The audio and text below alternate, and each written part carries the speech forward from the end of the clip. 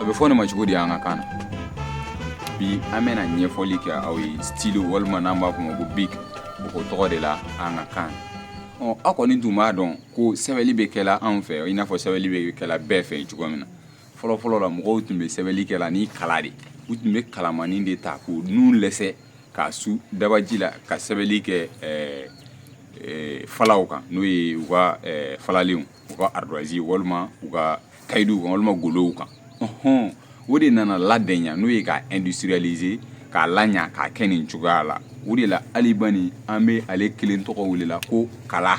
an dun bɛ sɛbɛnni de kɛla la an ye sɛbɛnni de fara a tɔgɔ kan k'a fɔ a ma ko sɛbɛnkala o bolo ma a bɛ fɔ sɛbɛnkala a bɛ fɔ bic de ma walima stylo de ma an ka kan na ko sɛbɛnkala ni ɲɛfɔli in diyara i ye i bɛ se k'an ka video in aimer k'a commenter e yɛrɛ fɛ n'a sɔrɔ stylo n'o tɔgɔ de ye sɛbɛnkala walima ni jumɛn wɛrɛ don i bɛ se k'o fana fɔ ani k'a partager walasa mɔgɔ wɛrɛw k'a ye o de don an bɛn kumaden wɛrɛ ɲɛfɔli kɛnɛ kan